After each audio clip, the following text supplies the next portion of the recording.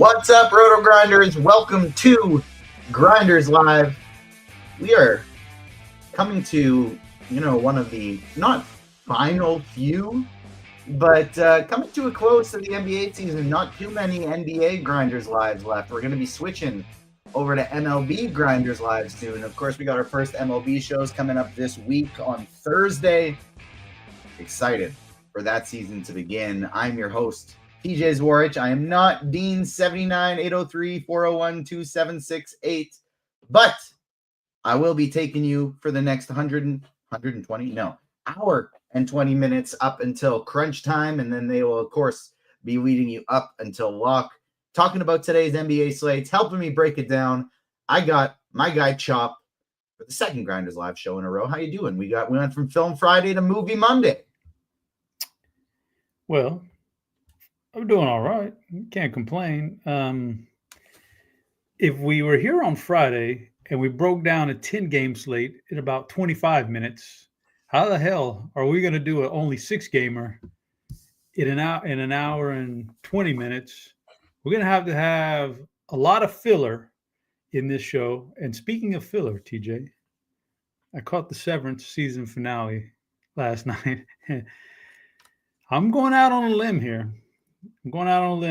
Contrary to public opinion. I think that show's very overrated because it's a lot of weird filler in there that just doesn't belong, in my opinion. I think the concept is great. I think the storyline could be better.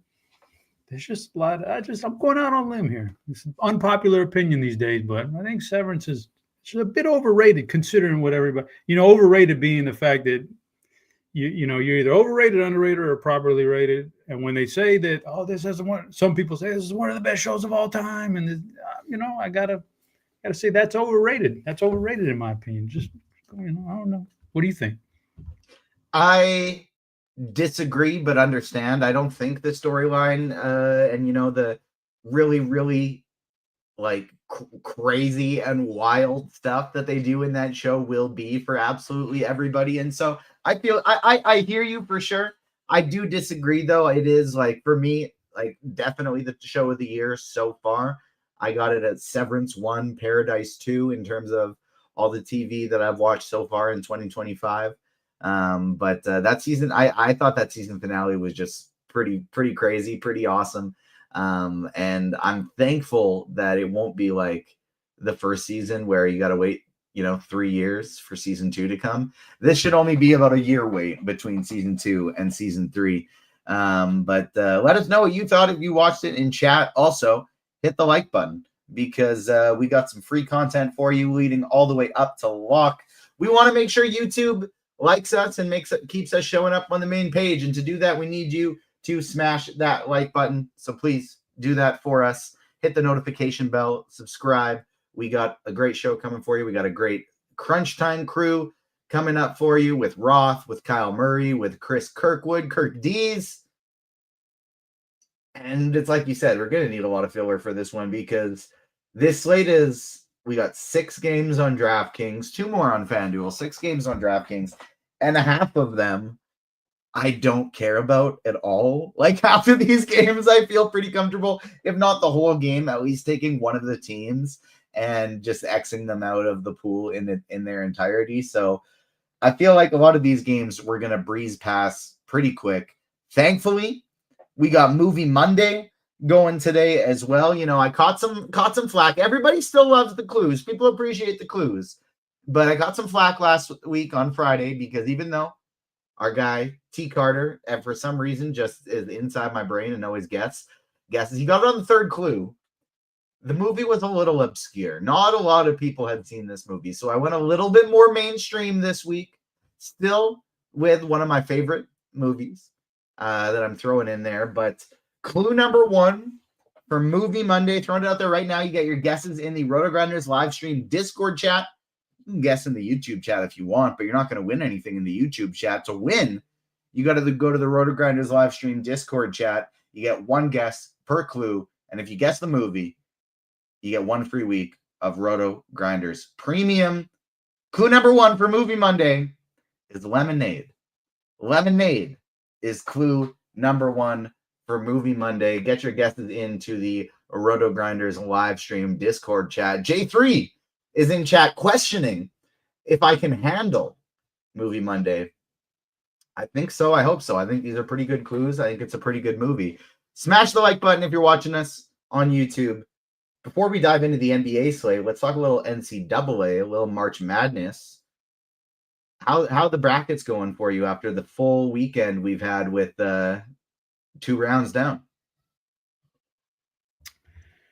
Yeah, I mean, I'm not going to complain. I'm certainly not out of it. I play in a bracket on Yahoo where, the biggest one, I could find. And it lets you, after games are finished and, they update the bracket, it lets you plug in a scenario. They have a scenario generator on Yahoo where if every one of these teams wins the rest of the way, where would you rank in this pool? And so, it doesn't have to be very far off of the chalk. And I'm going to rank top 5, which is a massive payday over there. So I'm not complaining after one weekend. I feel pretty good about it. There were some good games, so I definitely feel pretty good about it. It's going to be some great games this weekend. I feel good about my Houston team. Pulled it out against a tough Gonzaga team on Saturday night. So got that going for us and just looking forward to it. And I guess the biggest thing I'm looking for next week, man, somebody needs to upset Duke for me. Somebody needs to get Duke out of there quick. That's all I can say is get Duke out of there. But feel good about the brackets. I feel good about the college basketball. Had a pretty good weekend, DFS in college basketball too. Player props, I could have done a little bit better. I messed up. But I'm looking at the chat and a couple of things I do want to, we got some time. I think we could address a couple of things. First of all, let me scroll up and see. Derek, why would they risk playing AD tonight? I'm so glad AD is back for Dallas. I'm glad. That means the Dallas, why would they risk him? They have no reason to really try to tank, I don't think. Like they kind of want to make that play in and see if they, I know they're not going to have Kyrie this year, but I'm glad that he's back. Him being back tells me that Dallas is willing to is wanting to go off and win games, and we need more of that right now in the NBA to at least have some sort of semblance of sanity going forward. So I'm glad he's back because that tells me they want to win games and try to make the play in. We have too many teams that just don't care. That's why we have such a bad product in the NBA, not just for DFS but for real life. So at least the team trying is out is good. Cole Anthony is out, not Anthony Davis. Anthony Davis is expected to play. So I like that. And not only is the team's tanking, a tough deal, but now we got teams who are kind of cool with whatever seed they get, some of them, and they're not even playing their starters. So we need more teams just going out and playing real basketball here. That would be good. Another thing I want to address, TJ, I just saw it come across my timeline, just for those, who like a little NFL. Xavier Restrepo, Miami wide receiver, slot wide receiver, ran a 4.8 on his pro day. That's not good, guys. I'd be out on him. Please don't let him fall to my team. That's all I'm saying. I don't want a 4.8 undersized slot wide receiver. I'm going to pass. So I don't know. Bobby Gomes probably thinks he can beat that. Oh, man. I don't know, but I know this much, and I'd say this, and this is not a brag or anything, but way back in the day when I was in high school and we ran our 40s my senior year, I was a 4.8 guy, but I was a linebacker, and I was, I'm not supposed to run fast. I was fast enough at the time, but I put that in perspective. I was running as fast as Recepstro. That's not good for him. One more non-NBA related question before we dive into the slate. Usually when our guy Eric Johnson is in chat talking some nonsense, I usually just ignore it. But this one was kind of fun, and so I'm going to entertain it. And he randomly says in chat, Mike Trout staying healthy this year, reminding people who he is. And he says the Angels make playoffs. I think that part's a little crazy. First half maybe makes sense. Second half seems a little crazy. But what's your hottest take for the MLB season this year? Do you got any? Maybe nothing that quite that crazy, but this guy is going to lead the league in home runs. This surprise team is going to win the World Series. Anything like that? Well, it's not crazy to say Cam Smith is going to be the rookie of the year, the best rookie in baseball. He might break camp with the ball, with the Astros, as opposed to, going down to the minors where he theoretically should be because of his time and service. But he's really good. I guess my hot take would be at some point here in the playoffs, the Dodgers are not going to win the World Series. They're going to get beat. I feel it, man. I feel it like that. But also, we got some time, right? I got to bring this one up. Here's what I want to do for you, TJ. A little time killer for you. You got your movie Monday. I don't have a guess yet because Lemonade is just like, there's just too many directions. I got to get a second. I don't even want to take a guess. I'm going to do one for you. I'm going to do Marvel Monday. Okay. I have a character in my mind. I'm going to drop you some clues. Nothing on the timeline. I didn't even tell anybody, but we got to kill some time. So I'm going to give you a shot at it here, man. I'm going to give everybody a shot. I don't have any prizes for you, but it's just for the heck of it, just for, kids say shits and giggles. First clue, Marvel Monday. It is a Marvel character, obviously. Marvel Monday. First clue, TJ. The Mountain. That's all I got. You can feel free to guess or feel free to wait for a clue too, but it's a Marvel character.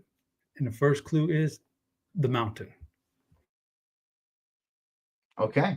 I'm going to think on it and I will provide you with a guess. And I just, I got to see which way that I want to go with this before we fully dive in. But one more time, get your guesses in for Movie Monday into the RotoGrinders live stream chat for your chance to win 1 free week of RotoGrinders Premium. Clue number 1 is Lemonade. If you want to play around for Marvel Monday, Chop's got a character in mind. Clue number 1 is The Mountain. Let's start talking about today's NBA slate. For what it's worth, my MLB hot take, a homer bias take, contract year, Vlad Guerrero is going to lead the MLB in home runs this year. He's going to have 53 home runs. Speaking of Toronto, our first game on the slate, we got the Toronto Raptors at the Washington Wizards. 2 teams that want to lose, 2 teams that are tanking, and 2 teams that have players priced up due to injury. But everybody's kind of back and playing for this one in what are likely going to be limited minutes. There's a solid chance in this game we don't see a single player play more than 30 minutes. Toronto, Washington, who do you like? Well, start off with Carolina guy. Ant-Man is not the correct guess. Ant-Man is not the correct guess, but thanks for playing. Washington, I'm just not a huge fan of Washington tonight. The prices there's no really egregiously bad pricing here, but everything seems to be fine for what they're doing right now. And the way they're distributing minutes, even though it's a great matchup against Toronto on paper and nice high team total, just not a big fan of the Washington side tonight. They're just so deep right now. It's the Toronto side I actually do like. I actually like several of these guys, but I'll start off with Emmanuel Quickly. I think is very much in play here at a pretty good price, only $6,600. When I look at the RotoGrinders defense versus archetype today, he has a number 1 matchup. He's one of the best out there as far as defense, and I'm trying to figure out why. So I like to dig into that kind of stuff. Why are they doing that? Well, he kind of has a little bit of versatility to his game. He can get to the painted area and get up his shot. And Washington can struggle in the paint. He can shoot 3-pointers, and they definitely struggle from the 3-point line, where they have this year in general. They're bad at rebounding, so he can be a guard that grabs it. He grabs it like almost 4 rebounds a game, so he can get. So I understand why we're getting him the DVA. All that stuff equals fantasy points to me. So at this price tag, so like if I plug in, I forget what the average cost for a player is on DraftKings, but it's not that far away from 6,600. Meaning theoretically, if you wanted to punch in 8 Emmanuel Quicklies in your lineup, I would do that. I would do that and take a shot in a GPP. Can't do that, but that's, you get the point of where the salary is right there. It's nice and low. I like that one. And Jacob Poeltl, if we think he's going to get some minutes, he's obviously a great performer per minute, putting up good numbers in limited minutes, but this is just a good matchup against Washington. He should be able to get his shots up in the low post, at the rim, all those, whatever he wants to do there. And of course, just mentioned the rebounding. Washington's the worst defensive rebounding team or offensive rebounding team, meaning a lot of defensive rebounds for guys like Poeltl in the paint, and he's their best rebounder. So those are the two ways I go. I probably don't. Scotty Barnes a little bit too expensive for me in this matchup, and some of the other guys priced up enough to where they're not really salary savers anymore. So it's mainly quickly and Poeltl for me, and don't hate those guys in GPPs. And I would, it is what it is. If you want to fade the game, you can, but those are two guys I like. Yeah, I don't disagree that those guys definitely could get there. I think I'm going to avoid the Toronto side tonight. And for Washington, I think the two that I have a little bit of interest in, for honestly, like very similar reasons to what you just said on the Toronto side of things. And one is the center. It's Alexander Sarr. I wish he was playing 30 plus minutes, but he's been really great on a point per minute basis recently since he's kind of been unleashed. And even in 25, 28 minutes, he's been putting up some monster scores. So I think he's somewhat in play. But because there are so many late games on this slate, they're not so many, it's a small slate, but relative to the slate, a lot of the games I want to target are later in the evening. And so because of that, I think I might avoid the Washington side too. But Alexander Sarr, and then the other guy I'd consider would be Keyshawn George, another guy who's performed very, very well lately. And even in sub 30 minutes, he has shown that he's got a ceiling. So I think those are kind of, I don't really know why I was off of Toronto and on a little bit of Washington, considering my reasons for liking those Washington guys are basically all the exact same reasons that you laid out for Jakob Poeltl and Emmanuel Quickly, and I agree with you on those. And so I'm probably either going to put in Quickly and Poeltl included with Sarr and George, or just X out all four of them completely in this one, because there are a lot of things later in this slate that I do like quite a bit. Diesel Hog in chat, Diesel Hog 44 is trying to stir up some beef between us, Chop. He says he's learned a lot from TJ and Chop. He's got appreciation for both. But Chop, would you ever go out and drink more than 2 beers with TJ? Man, that's a tough one, and it has nothing to do with TJ. It has everything to do with where I'm at in life and the lack of ability anymore to tolerate alcohol. My body is just so bad the next day. I don't know, man. Like 2 beers is like, and it's so weird because back in the day, I could just freaking go all night long and just like a fish, man. But nowadays, I can't do it anymore. My body's rejecting it. So it has nothing to do with TJ. It's just the alcohol in general. It's a little bit rough these days, but I guess if I put my mind to it, I could throw back for one night. So yeah, I could do that. That's fine. Just got to make sure there's nothing going on the next morning. Got to both go to the same live final, something like that, and make sure that there's lots of ample time for sleep in the morning. I'll throw my guess for Marvel Monday. I don't know if we're going mainstream, if we're going deep cuts. I don't think it'd be too deep of a cut, but I will throw out one for my first guess. I'm going to guess again a Spider-Man villain because, Chop, you had your goblins, your green goblin grenades for baseball season. And so I'm going to go with Rhino. That guess is not correct, but I like where your head's at. I like where your head's at because the guesses in the chat are, we had Ant-Man, had Thor, Mr. Fantastic. Those are not correct. You went a little bit off the radar as opposed to the front row guys. So I like where your head's going on that one. But that is not correct. A Carolina guy wants to know what I thought about the Killers game.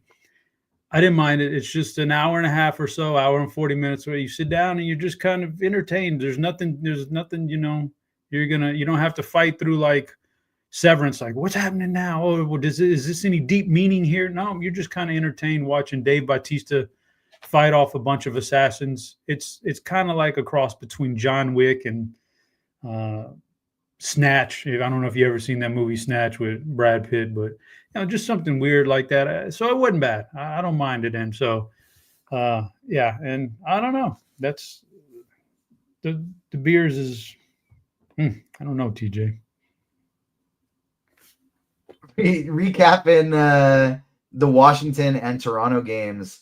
Maybe quickly, maybe Pirtle, maybe Sarr, maybe Kaishan George. Is there any of these Washington players you would think about rostering today?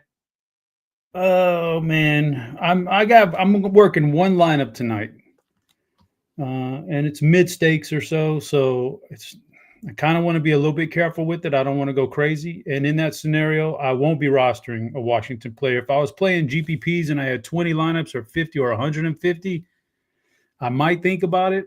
Like you said, Sarr or somebody like that in that price range on this team. But I just otherwise, no. In the kind of games I'm playing, I don't want to play any Washington players. When I see the projections range from Sarr at the top of their projections, which is roughly in the low 30s or mid 30s, whatever, and they drift all the way down to like Chris Middleton and Marcus Smart in the 18 to 22 range. Like they're just telling me that there's a lot of players in play for Washington, and I don't want that for my DFS. I'm also seeing a lot of guesses here. Juggernaut, producer Steve.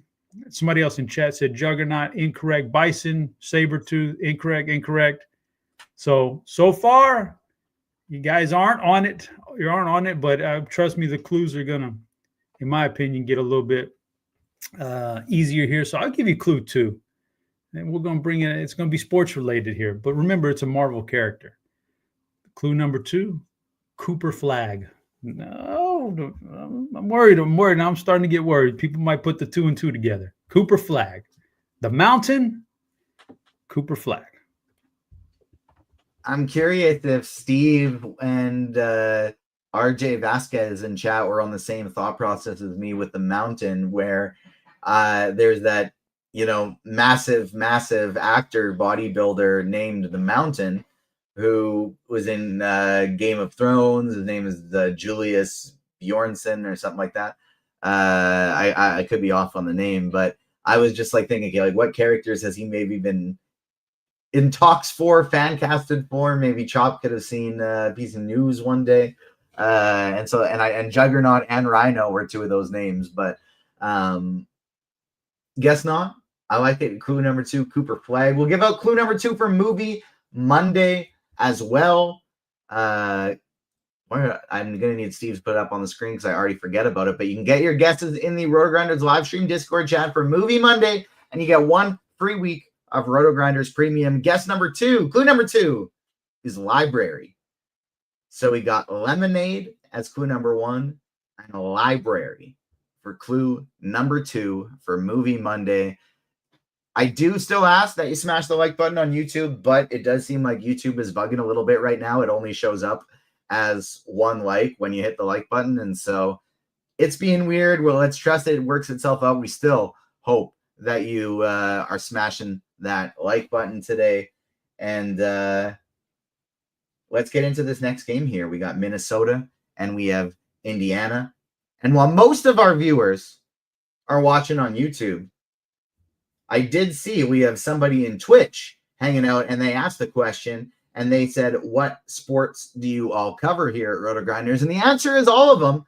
And if you're playing multiple DFS sports, it's the perfect time. You can check out this sweet deal for a limited time. Get your first month of Combo Pro for just $79.99. That's just $15 more than PGA Premium and only $5 more than NBA Premium. This also includes content for the March Madness tournament for college basketball. Be sure to tap in. It is the absolute perfect time to sign up for Combo with all the different sports that we have going on.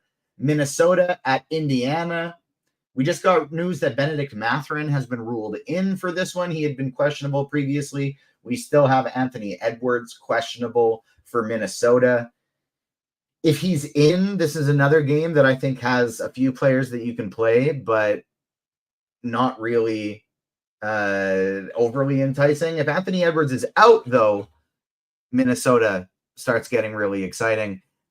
Very reasonable question from Maria Donizzi in chat. Are we guessing characters or movies?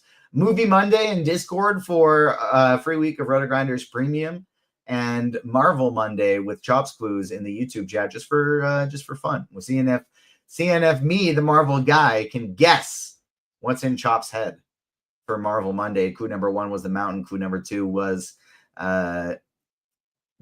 Cooper Flag. And for Movie Monday, clue number 1, lemonade. Clue number 2, library. Let's start on the Minnesota side of here, or start on the Indiana side, Chop, since we know who's playing in this one. Anybody you like going up against Minnesota's stout defense? Not really. You know, I'm Halliburton, Siakam, Nembhard, Miles Turner, now Benedict Mathurin. Everybody seems to be in, and that's going to make for, you know, a little bit lesser load for everybody here against Minnesota. In fact, a guy like Miles Turner is completely, I'll X him out of my pool, and I don't think it's a good matchup for him at all. So not only do I probably not want to roster any of these guys, and it would be like me making that one roster and last man in. I've got 8,500 and there's a spot, and okay, I could play a Halliburton. He projects the best at that price. That'd be like the only scenario. Otherwise, don't really like anybody from Indiana. When I go to Minnesota, yeah, we'll see what happens with, you know, obviously Anthony Edwards. If he were to be out, it would open things up. I don't know if we'll get that news while we're on the show, but that would do something. If Anthony Edwards is in, I kind of don't want to pay the 9,500 for him. It's a bit much. Not feeling. Damn, I missed it. All right, okay. Not feeling the Rudy Gobert and some of the other players, but Julius Randle is a guy that I kind of hinted at in the survey this morning. Just strictly GPP, and for me, being a one lineup and mid stakes, and I got to try to find a way to get different if I'm going to play some of this chalk. I could definitely see a guy like Julius Randle doing something against this Indiana defense, which historically, under with these players and this coaching staff, is not great about defending anything inside the 3-point arc. They've been really good at defending the 3-point line, but inside the 3-point line, they give things up. That's where, you know, Julius Randle can have more success than a lot of these other guys on this team. He can create his own shot inside the 3-point line, whether it be in the paint or just outside of the paint, getting to his spot or even getting to the rim. So I think in a GPP scenario, I like Julius Randle the most in this game. With that being said, like for my lineups, I don't like this game very much at all. So when I say I like him the most, take it with a grain of salt, but I do kind of like Julius Randle. Yeah, if Edwards is out, I think Randle, McDaniels, Naz Reid, DiVincenzo, Alexander Walker, basically all of these guys become very much in play. If Edwards is in, I just don't think I'm going to get to any Minnesota players at all. Like maybe a little bit of Edwards himself, maybe a little Randle. I am running 150 lineups tonight. But no, not for me on terms of if Anthony Edwards is in. On the Indiana side, Halliburton and Miles Turner have both been playing really great lately.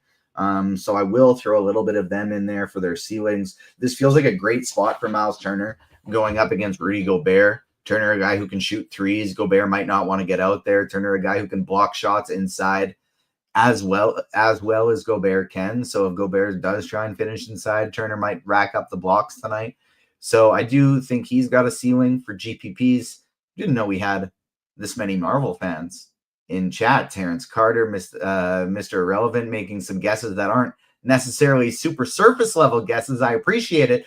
A reminder that I host a show every Tuesday night, a live show breaking down every episode of Daredevil Born Again on Disney Plus over on the Agents Fandom YouTube page. But we're not here to talk about that.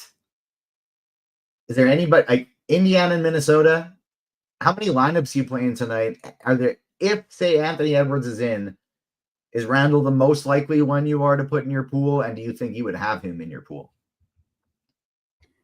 One lineup for me, if Anthony Edwards is in, Julius Randle's the most likely player from this game that I take. If Anthony Edwards is out, then I have to reassess the whole thing. I haven't even tried that scenario yet. I don't even want to think about it. But if Randle is in, which I would, and I don't even like, it's tough to even say these days. If a guy's kind of questionable these days, they'll sit him. I don't know why. It just seems like they're sitting players more and more, even though they're fighting for playoff spots and all that stuff. But so I expect him to be in. And if he's in, Julius Randle's my favorite player on that team. If he's out, then I'll readjust. And I'm seeing a lot of guesses for the Marvel and Colossus and Agent Maria Hill. These are not correct. I'm looking at them. They are not correct. I will let you know if you get it. But so far, not seeing it. Tyler Park also had a question, I guess, for me, for college basketball, MME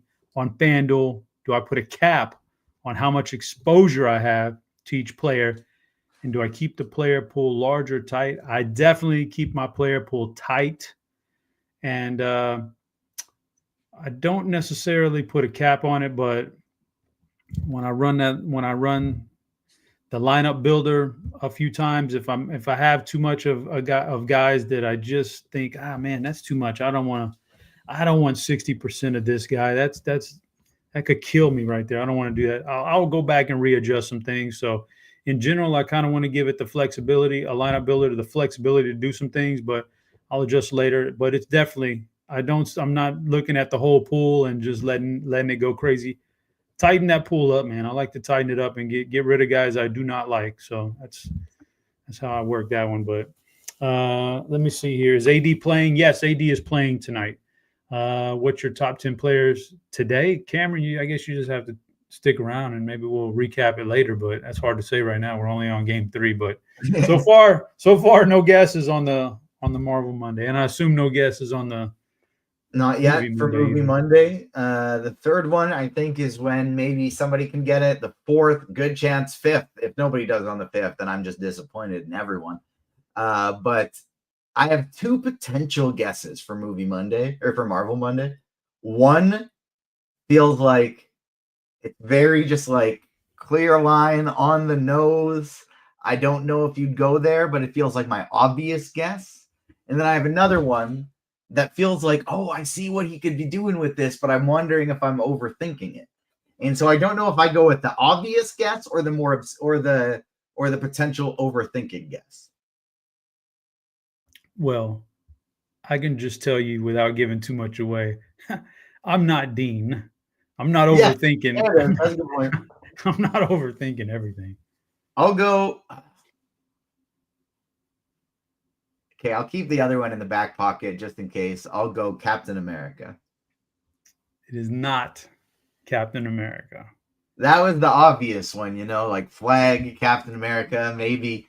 But I'll keep my other one in the back pocket for the next clue. Clue number 3 for Movie Monday. Now, this is the one you can get 1 free week of RotoGrinders Premium if you throw your guesses in the RotoGrinders live stream Discord chat. First clue, lemonade. Second clue, library. Third clue, alligator. Third clue is alligator. So we have lemonade, library, alligator as the 3 clues from Movie Monday. Javier Hernandez asks, where are the Marvel clues? They're not scrolling at the bottom, but we'll recap them. The first was the mountain, and the second was Cooper Flag. Chop's got his guess in. You got a third clue? I knew this was a route people were going to guess. It is not Happy Gilmore. Okay. But I did think that is potentially the route people were going to go here. Long story short, Minnesota and Indiana, we think Halliburton and Miles Turner are good tournament ceiling plays, but not necessarily super strong plays for like a single entry setting today. Minnesota side, they'll look very interesting if Anthony Edwards is out, but if he's in, maybe just Julius Randle, maybe Naz Reid, but other than that, not a whole lot going on. The next game, there's even less going on, Chop. I swear we'll get to the exciting games, but so far, not so much. We got the Lakers at Orlando. It's going to be slow. There's going to be a lot of defense. On the Lakers side of things, LeBron James is back. I don't think I want to get to anybody on the Lakers outside of maybe Luka. Are you going to play Luka tonight? Is there anybody on the Lakers you'd even consider against Orlando? I'm not playing Luka tonight. He projects as the highest scorer on the slate, but this is not a typical Luka projection. Like the projections when he's with Dallas, and this is a 60-point projection guy, and he's projected pretty low tonight relative to his past, and that salary is $12,300 on DraftKings. So no, I'm not getting there, and I'm not even worried about the matchup with Orlando, which is a tough one on the road and all that. It's just a flat out salary to projection thing for me that has me away from Luka. And LeBron is back now, taking just a little bit away from him, just a little bit of scoring here and there away from him. And then those two guys in there kind of take away from Austin Reeves, who got priced up to 8,800. So it's just a trickle down effect. Not feeling it, not going on the road at Orlando. I'll pass. Now we hear that Rui Hachimura won't play full minutes tonight if he plays. But if he plays, you can mark off more of those front court guys for the Lakers that don't, he'll eat into minutes without actually being good. So you mark off the front court guys. So, yeah, that's a rough spot. For Orlando, I eyeballed, all right, can we attack the Lakers on the road? Sure. Who can you do it with? Well, the obvious guys here are Banchero and Franz Wagner. But then I looked at the price tags and thought, I'm not getting either one of those guys in GPPs, certainly not in cash. So I'm not feeling it on this game. I'm probably going to pass and not have anything on this game, but curious on if you see anything. On the Lakers side of things, I'm playing 150 lineups tonight, so I do think it's worth, just in case, getting overweight on the only 7% projected ownership on Luka Doncic. So I'll probably try and get 10 to 15% in my MME build, but nobody else on the Lakers. And then on the Orlando side of things, I think Banchero and Wendell Carter Jr. have feelings. I don't really want to play either of them, but again, it's I think I'll keep them in the pool for MME. Fair enough. Now, I know everybody's anxiously awaiting clue number 3. The Mountain, number 1. Nobody got it. Cooper Flagg, sports related. Try to keep it sports related here, even though it's a Marvel character. Cooper Flagg, nobody got it. I think some heads start to turn now. I think we should get some guesses now. I'm sticking sports related, trying to get some. Rockets 10-3. That's the clue. It's kind of odd. It's a multiple word clue, but Rockets 10-3. That's what I got for you. I'm gonna go my second guess from the last clue without even thinking about this one, and I'm just gonna go right into it and give away my guess, and it was Nick Fury. No, it's not Nick Fury. I thought you had it. I thought you had it for a second. He was teeing it up. I thought I did too. I thought it might be Nick Fury, but nope. No, don't have it on the Marvel Monday yet. Movie Mondays, you can get your guests in the RotoGrinders live stream Discord chat. Win 1 free week of RotoGrinders Premium. Clues are Lemonade, Library, and Alligator. Get your guesses in. Make sure you smash the like button if you are watching us on YouTube. I haven't checked to see if YouTube has figured itself out yet and fixed the likes. Nope, not yet. But still, if you pop in, hit the like button. Anything else on Orlando or the Lakers you want to touch on before we move on to the next one? No, but I will say producer Steve is giving some guesses in chat. And it is not Daredevil. It is not Drax. Now, as far as Drax is concerned, I will say this much. This is one of my favorite characters. Like the guy here that or girl. I don't know. Maybe I just gave away another clue on accident. The character is one of my favorite. That's why I chose it. And Drax is also, although that's not the answer. I love Drax, man. That's a hell of a character out there. So I do love Drax, but that is not the answer. It is not Iron Man. It is not the Punisher. or Spider-Man. Some of these guesses coming in. I said earlier when TJ guessed, and a couple of people guessed some off the radar characters. That's kind of a clue when I said I like where you were going with that. It is not a frontline character, so it's kind of an off the radar character. Like it's a backline character. So take that for what you will. But I think we can move on. All right, let's go on to the next one. We got some good guesses for Movie Monday in the YouTube chat as well, but still in the Discord chat as well, but still nothing quite on the money yet. Dallas at Brooklyn, 1.5 point spread in this one. Dallas is 2.5. Geez, I'm bad at math. 2.5 point spread in this one. Dallas is favored. Anthony Davis is expected to be back. With that being said, Dallas has had so many guys missing. All of these guys are priced up. On their side, I don't think I have any interest.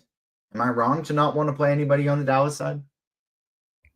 Yeah, I mean, there's nobody I'll see myself playing. When we get further down the road this year, assuming Anthony Davis can stay healthy and the Lakers are still kind of like right now they're tied for that last play-in spot. So I got a feeling there's motivation. Later on down the road, Anthony Davis, his price will drop because the minutes right now I would imagine are going to be, not full-blown minutes. So the production will be down a little bit at first, then the price will drop. Then all of a sudden the minutes will go up and the price will still have been dropped there for a game or two. And that's when we can capitalize on it. But it won't be tonight, I don't think. So 10-2 is too much for Anthony Davis. But I like what Dallas is doing. They're actually making an effort here. But yeah, him being back kind of throws a monkey wrench into the entire thing. He's gonna take a lot of shots. He's too expensive to play, but he's too good not to make an impact for everybody else in a negative way. A lot of shots he'll take, and he's not necessarily the greatest assist guy, so it's not like he's going to open things up for you. So makes Dallas kind of a tough situation there. Brooklyn, probably a little bit better on the Brooklyn side. I don't have a lot of guys I'd play on Brooklyn, but certainly a 7K Cam Johnson is in the mix. It's Dallas is definitely not a juggernaut on defense right now. They haven't been for a while, but certainly not right now with a lot of these scrubs playing. So I think we could take advantage of that and get on Cam Johnson, who doesn't need to go in the paint and challenge Anthony Davis tonight. He can just sit out and live at the three-point line and make a killing. So that's the guy on Brooklyn I'm eyeballing. I think in large field tournaments, I don't want to breeze past it. I love the Cam Johnson call, agree with it 100%. And I think for large field tournaments, almost everybody on Brooklyn is in play. Like Keon Johnson, I don't think I need, but I don't think he's a terrible play tonight. Nick Claxton, I think, is a solid play. Trendon Watford doesn't project for a ton of minutes, but he's been playing really, really well lately. Zaire Williams at only 46, I think, is in play as long as he starts. Tyrese Martin at 4,500, I think, is in play. Pardon me, as long as he starts. And then Day'Ron Sharpe off the bench always has a massive ceiling. He can get there in 15 minutes, and if he happens to play over 20, he can absolutely smash. So I'll set some rules of like max 1, Keon Johnson, Zaire Williams, Tyrese Martin, max 1, Claxton Sharpe, max 1, Cameron Johnson, Watford, max 1, and maybe put in Watford with the Keon, Nick Claxton, and Sharpe rule of max 1. But outside, like I kind of want to play a lot of this Brooklyn teams, and I think they're very interesting for tournaments. And looking back on this slate, I don't think it's crazy because we are still waiting on some news in those later games. And if not news, a ton of news, like it's really just Aaron Gordon, but a lot of starting lineups that could be like very important to the slate. I don't think it's crazy to fade the 7 o'clock games entirely and just start with the 7:30 game and only play the last 3. Turn this into a 3-game slate instead of a 6-game slate. What do you think? I think at this time of year, that is a very, very viable strategy on just about any of the slates that are going to be coming up. Just eliminate huge pockets of players that, and concentrate yourself on the really good stuff. So yeah, I think it's very, very viable. I will say this much. There's some guesses in chat. Javier has a guess. It's not correct. It's Yandu. I want to go out here and I want to say this, and I hope nobody takes this from me, but I've got a dog, and he's an older dog, but the next dog I get, I got a name picked out, so I can't go that. But if I live long enough to have 2 dogs, my second dog from now, I'm going to name him Yandu. Like I've got a list, and that's my second dog's name, like second dog from now. So I got the next name picked out, but I'm hoping that's no time soon, because that means my dog's not with me anymore. But 2 dogs from now, Yandu is the name of my dog. I love that character. I love that name, and so it's awesome. My next dog's name, we'll see if anybody understands the reference, but my next dog's name is going to be Appa. Appa is going to be the name of my next dog. I think I have Marble Monday figured out. I'm just waiting for the next guess now. I'm waiting for the next guess because obviously I only get 1 per clue.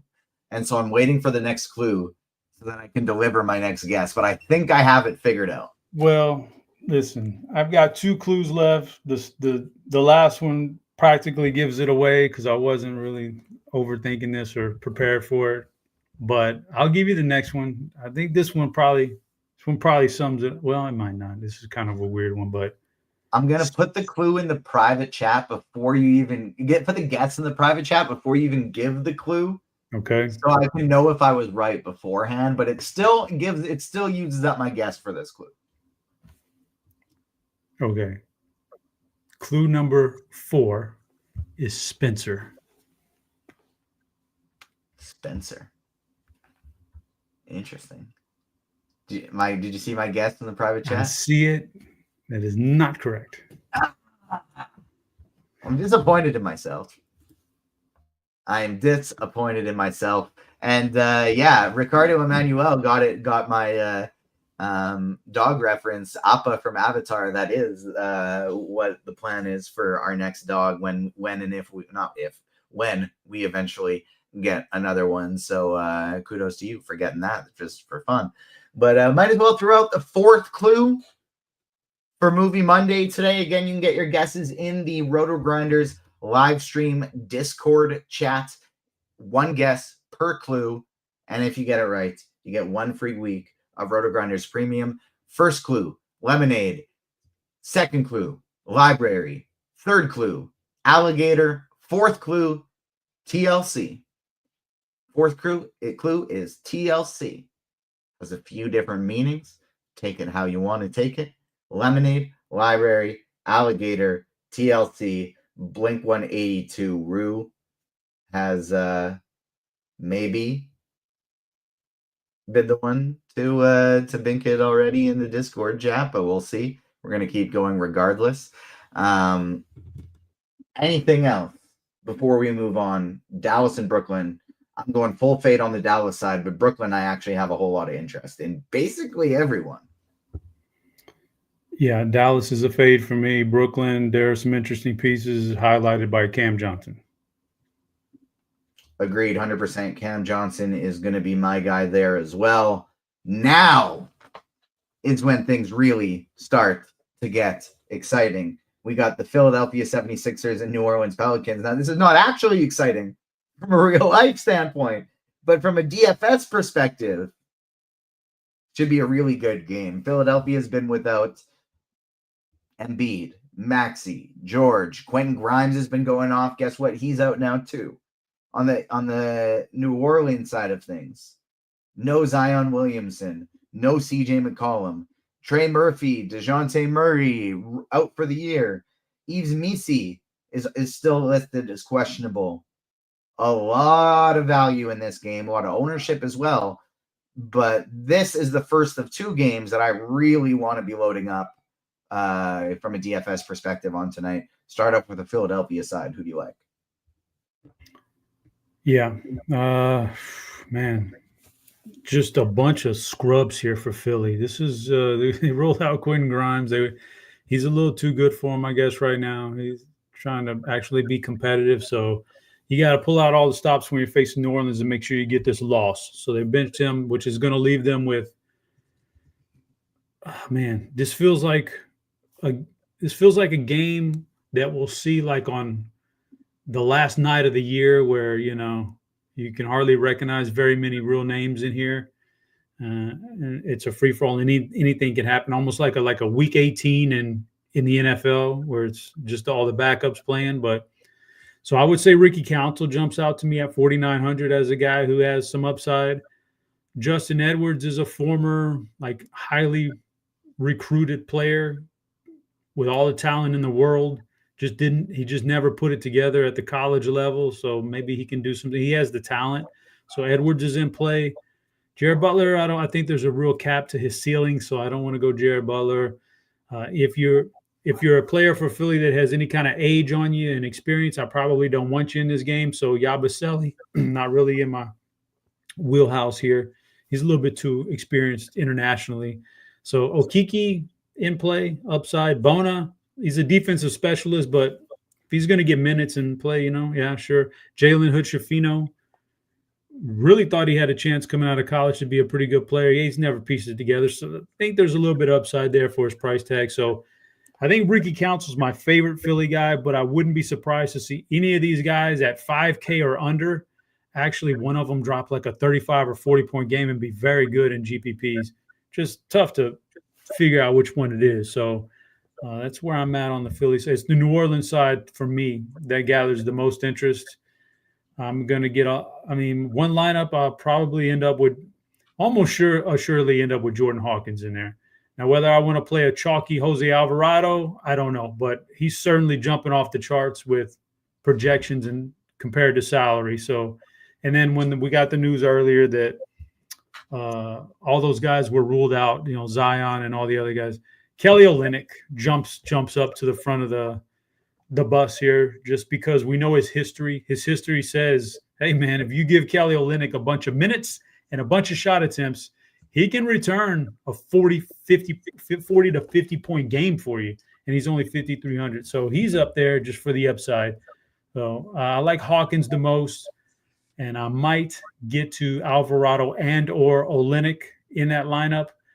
And I think there's some good pieces in this game in general, but we're going to pay for it with ownership. Do you got a Movie Monday guess before I Man, let me see here. I am I better put it in the chat, but I'm off here, man. So I'm just going to do this, but I don't think this is just too much. This is the alligator pick, so it's not right, but I got to give a guess. Oh, I see where your head's at. But no, not the Suicide Squad. Not a few people had new ones in chat that weren't right either. But I'll give out the 5th and final clue for Movie Monday, and then we'll break it all down and talk about where all the clues came from. And that is bushes. The 5th clue is bushes.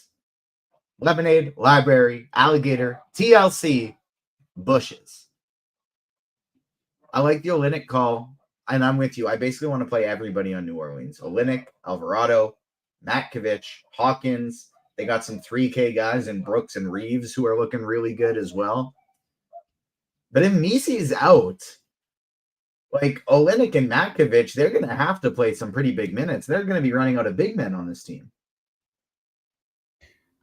Like Robert Earl might have to play 30-plus minutes in that scenario. This is what, that's what I guess if you're like this is, I guess, good 150 entry time of year because you can do some weird things in GPPs. And with one lineup, I won't get there, but I definitely see that path. Like I said, this feels like the last couple of nights of the NBA season where everybody's just punting everything and trying to get to the playoffs healthy. Yeah, I'm going to be loading up on these guys. I'll play probably at least 2 New Orleans players in every lineup, regardless, maybe up to 3. But if we get Misi out, it's going to definitely be at least 3 New Orleans players in every single lineup today. Philadelphia, New Orleans, anything else you want to break down before we move on? No. We can move on, but let me see here. I did Spencer, so we have the Mountain. Then we went Sports Reference. Cooper Flag. Rockets 10-3 is an entire clue. Rockets 10-3. And then we did Spencer. I'm gonna give the last clue, and this is the one. This is the one, TJ. This is the one that's gonna seal the deal for people. Are you ready for it? I'm ready for it. Wakanda. Interesting. I saw a few guesses Wakanda related in chat already. And so if it's not one of them, well, who says it's not one of them? I didn't answer everybody's guess, and I didn't, because like I told Dean, I don't necessarily, if I see the right guess, I don't want to say, oh, I saw the right guess in chat, guys, and then that would ruin it for everybody else trying to play along, because then, you know. So I did I saw one in chat that I really, really liked this guess, and this is also where my head went initially when you said Wakanda, and so I will double down on it, and I will say M'Baku. Ding, ding, ding. Do the air horn for him, Stevie. They got it. I seen it. Also, I saw it earlier. Nicholas Allen got it earlier. He guessed it right, but yeah, that's it. I like that character, man. That's one of my favorites. So the Mountain, I was just trying to throw, everything a little, the Mountain's known for strength, and being a big guy. So just kind of, teasing it for everybody. Cooper Flag. It's also where these people live in Wakanda. Yeah, and then that was a double zinger. Cooper Flag. Well, you have to dig on this one, but he plays for Duke. Duke, nice. Duke. Rockets 10-3. Who's Rockets number 10? Who wears Rockets number 10 and was the 3rd pick in the draft? Cam Whitmore? Jabari Smith Jr. Oh, Jabari Smith. I was trying to think of this year. I was like, what draft pick did they have? Jabari. He's part of the Jabari tribe. Spencer for Hire was a role Duke played, another act, and then of course Wakanda just kind of seals the deal for people. So it's fun. I liked it. I'm surprised. Well, we got it. Nicholas Allen got it pretty early, so props to him. Nice one on that one. You definitely threw me for a loop on a few of them, but each one of the clues you can pull back, and I see it. I like it. That was very well done. I will give out the answers for Movie Monday. We did have a winner in the RotoGrinders live stream Discord chat. Blink 182 Rue took it down on clue number 4 immediately when it came out. There was quite a few people who got it, but Blink 182 Rue was first. Clue number 1, lemonade. Well, there's a drink that is featured in this movie when they go to a specific location to see a boyfriend and an ex-girlfriend, and that drink is an Arnold Palmer, Arnie Palmy. And Arnold Palmer is, of course, half lemonade. Library is because there's a scene in this movie where they have a fight, and the entire time they're fighting, they're whispering, they're being really quiet. And at the end of the fight, they say, "You, me, library," for the next time that they're gonna get in a fight. 3, alligator, because the main character in this movie, Will Ferrell, had some dark days when he was in college, and he went by a certain nickname. He went by Gator, was the name people knew him by in college. TLC, because the police chief, the police captain, Michael Keaton's character, Gene, Captain Gene. Gator don't play no shit. He would just keep randomly making TLC references throughout the entire movie, and just a random bit that I don't know why they did it, but it was hilarious. And finally, bushes, because The Rock and Samuel L. Jackson, their characters, jump off a roof and kill themselves at the beginning of the movie, and they say, "Aim for the bushes." There were no bushes. They're gone. I was thinking about I couldn't add Despop as a clue because Mr. Derek Ringer said that in chat. I couldn't make that as a clue because I feel like everybody would have got it immediately. But I'm happy somebody got it on clue number 4. Shout out to Blink-182 Rue. You get 1 free week of RotoGrinders Premium. If you already got the Premium, it'll get added onto your subscription, so you'll get a nice discount there.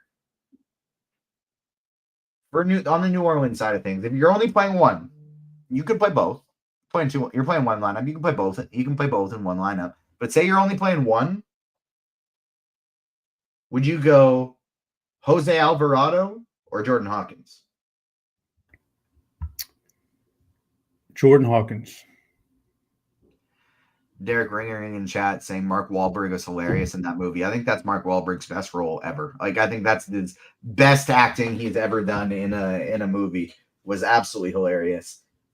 Next one, if you're punting with one of the 3K guys, you go in with Keon Brooks or Antonio Reeves. Oh man, gosh, that's a good one. I think Antonio Reeves. I personally feel like there's a little bit more upside with Reeves, but that's a good one. By the way, there's a lot of value on this slate now. Like, there's a ton of guys. So, I mean, I guess if you want to go back and readdress the Luka thing, there's a lot of 3 guys sitting between 3K and 3,500 that are very reasonable to play. So maybe there's just so much salary left over that you can play Luka as the highest projected player, even though on most slates that wouldn't be a deal. So maybe that's something you can do. But I guess between those 2 guys, Antonio Reeves, but there's just so much value out there. Now, I'm not even sure I need to go in that range. Like, I can stick here with New Orleans and have a bunch of guys under 5K that are going to be really good here. So I don't know. Yeah, they might not be necessary, but both currently are projecting as very strong value sources. I would agree with you. Reeves is the preferred option between the 2 of them, especially because he's got that dual position eligibility. I would go there as well. Marie Don Yeezy's asking in chat shop if you've seen the new White Lotus and the new Righteous Gemstones episodes that came out yesterday. I've never seen Righteous Gemstones, but I'm putting it on the list. It is now on my list of shows, and it's near the top. We were talking about that one. We were talking about Lost, but that's gonna be very time consuming because it's 6 seasons. But we think we're gonna do a Lost binge. Wait, have you seen Lost yet? I've never seen Lost before, buddy. I know. Man, you're lucky guy. Lucky guy. I know. I'm excited. We just gotta find a stretch of time where we're going to be able to do a full binge and don't have a lot of other shows to worry about, because I really feel like I need to watch. I want to do a rewatch of Andor season 1 and The Last of Us season 1 before those 2 season 2s drop in the next month here. Yeah. So just Ruthless Villain asks, I wonder if Lost still holds up. So I was just thinking that, just as you said that, I wonder if it'll, but I got a feeling it does. But I just know when I saw it for the first time, I also didn't see the first 3 seasons live or anything. I kind of heard about it later on. And so I started binging it from season 1. And by the time we got to season 4, or I think it was season 4, where I finally caught up and I had to wait. And I was like, oh my God, how can I wait like months for the next season? It was just that good. So I wonder if it holds up. I imagine it does, because it just sits there and really makes you want to grab that next episode. You can't stop, man. So those are the best shows. But yeah, that's a good one. But have I seen White Lotus? I did see White Lotus last night, the new episode. Some of the shows you kind of have to watch the night of, because you will catch some nasty spoilers. So yeah, I got to watch White Lotus. I did that. I did pass on Righteous Gemstones last night so I could see Severance. I wanted to catch that before I caught a spoiler. So I haven't seen Gemstones. I do know last week's Righteous Gemstones. I know Kirk was really loving the Baby Billy scene near the beginning. That's what I've heard. I don't know if it's true, but if you've seen last week's episode where Baby Billy's in the dressing room pre-show, Kirk was telling me he loves that thing, man. So I don't know, man. Maybe rewatch it. Whatever's going on in Reggie Gemstones can't be near as crazy as what's going on right now in the White Lotus, because there's some wild conversations happening in the last 2 episodes of that show. But again, it's been a fun TV and movie show that we've had. Fun little time killer for a small slate. But back to the NBA, one more game to talk about, and it's a really fun one from a DFS perspective. Highest total on the slate. It's also a tight one, only 4.5 point spread, 3.5 point spread. Why can't I do math today? Chicago going into Denver. Chicago is without Trey Jones. He's in a walking boot. Denver is without Nikola Jokic. Aaron Gordon is also listed as questionable. They had been using Russell Westbrook in the starting lineup recently with Aaron Gordon as the 5 without Nikola Jokic. But then DeAndre Jordan randomly in the starting lineup last game, 38 minutes for the Denver Nuggets. We're projecting him to start and play 18 as it stands right now. Let's go back to the Chicago side, though. This is my favorite game to target on the slate, outside of maybe the New Orleans guys in general. But for a full game, this is my favorite one to target on the slate. Start with the Bulls. Who do you like?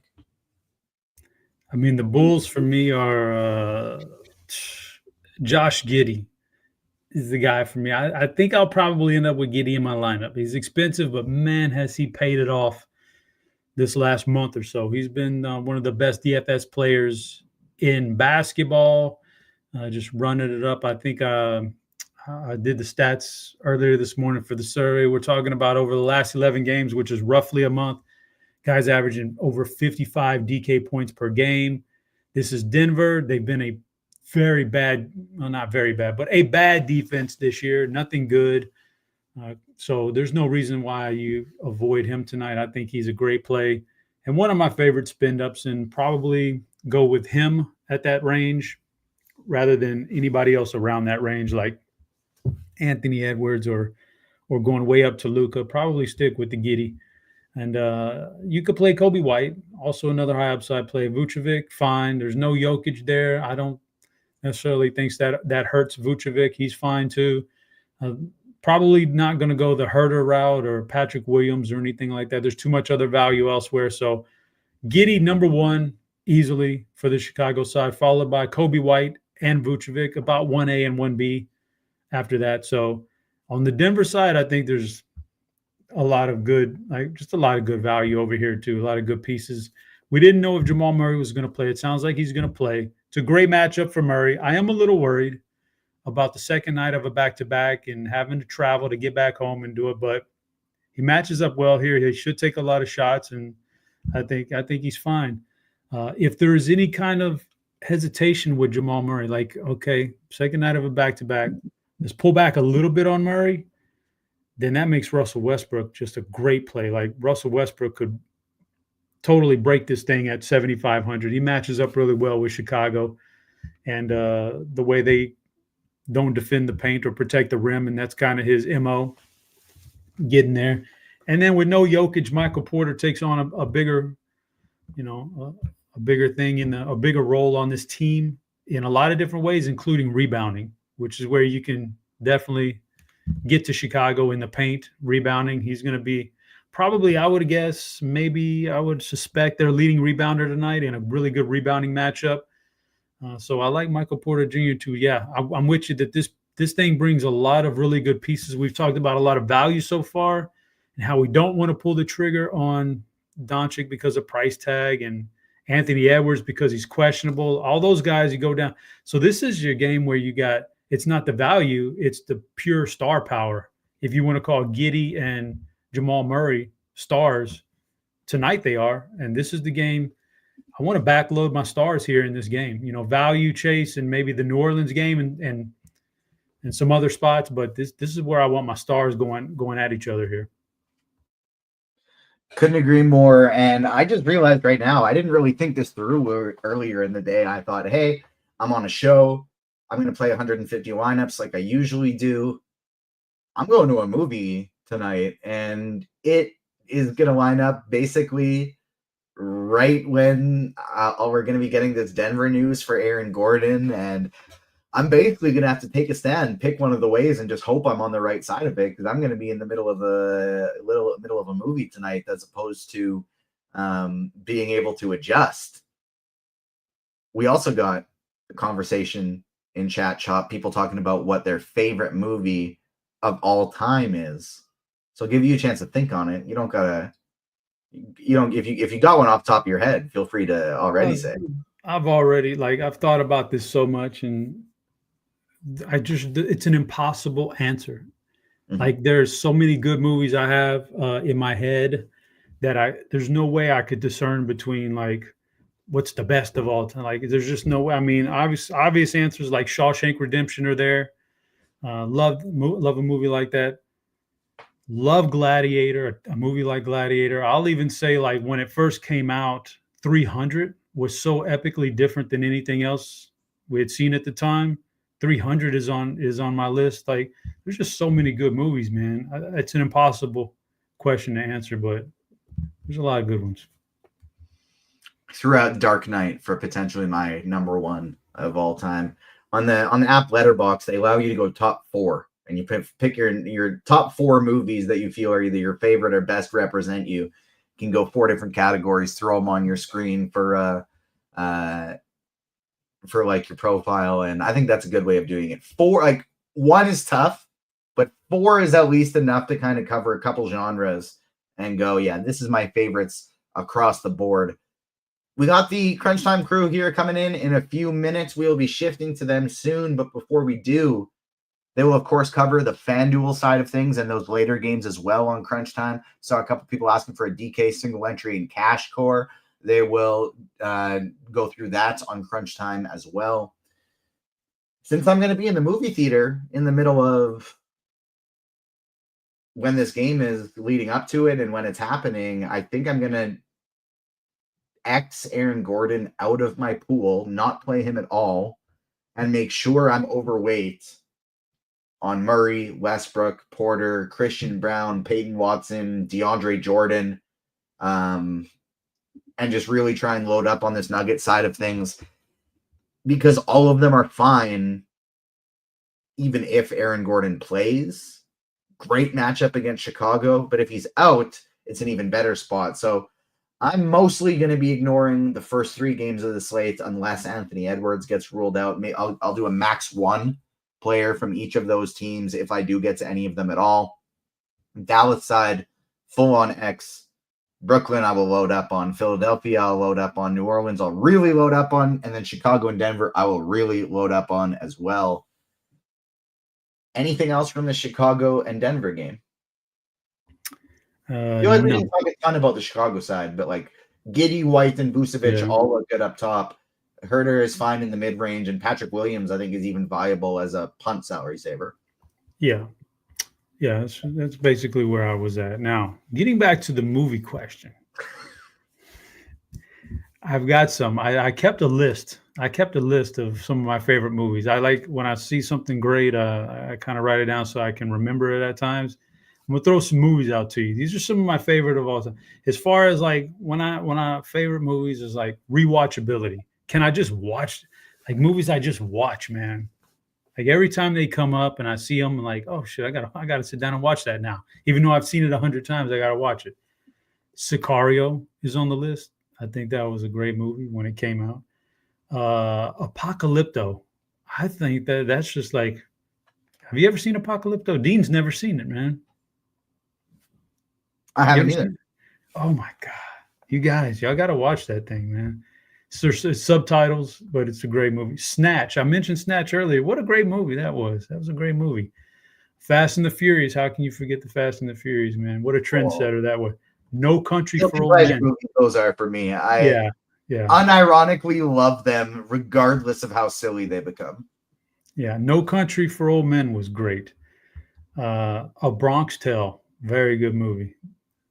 The Departed. What a good movie that was. I have this one up as at the top of my Denzel list. People probably a lot of people don't agree with. The Book of Eli is one I'll just watch anytime I see it on. I just think that that's a phenomenal movie. So just a lot of good movies out there, man. I'm all for all those movies. One more NBA question for you here before we make the transition over to crunch time as soon as they all come through.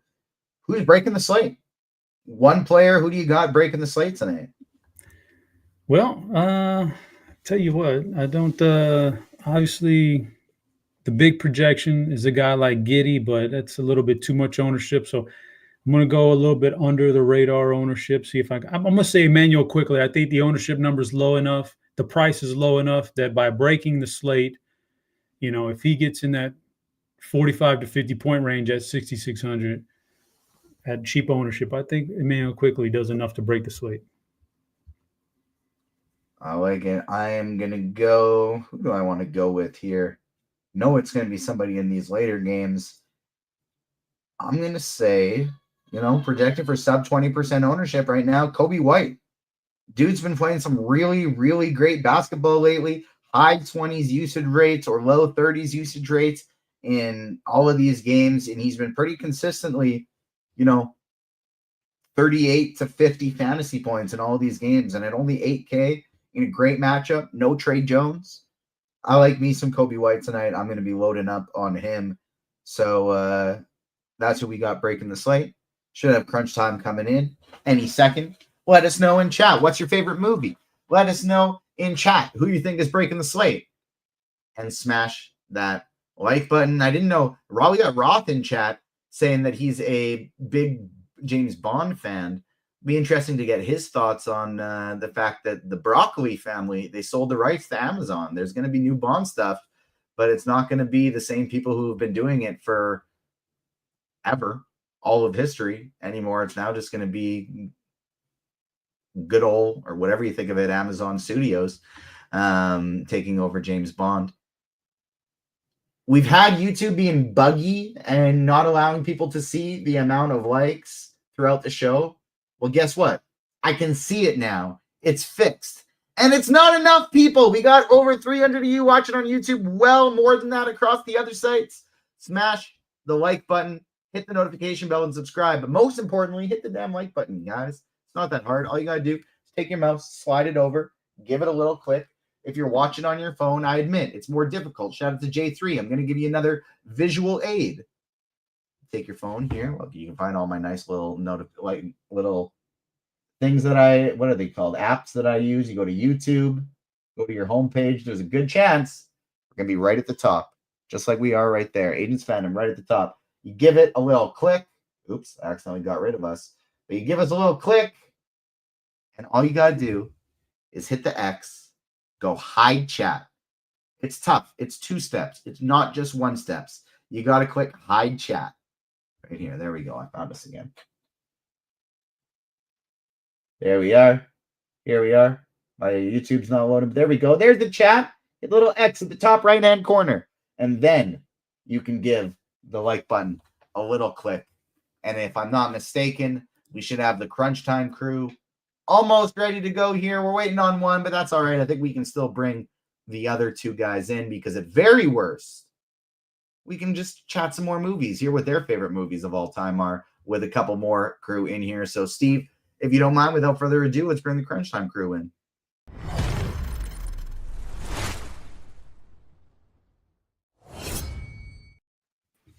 Roth, I saw you in chat putting in some of your favorite movies. Kyle, Kirkdiese, hate to put you on the spot, but you got like a one that sits above all as your favorite movie of all time? That's an impossible question for me. I don't know. I don't have one off the top of my head. I mean, like the kid in me, my favorite movie of all time is Back to the Future, the 1 and 2. Those are my favorite.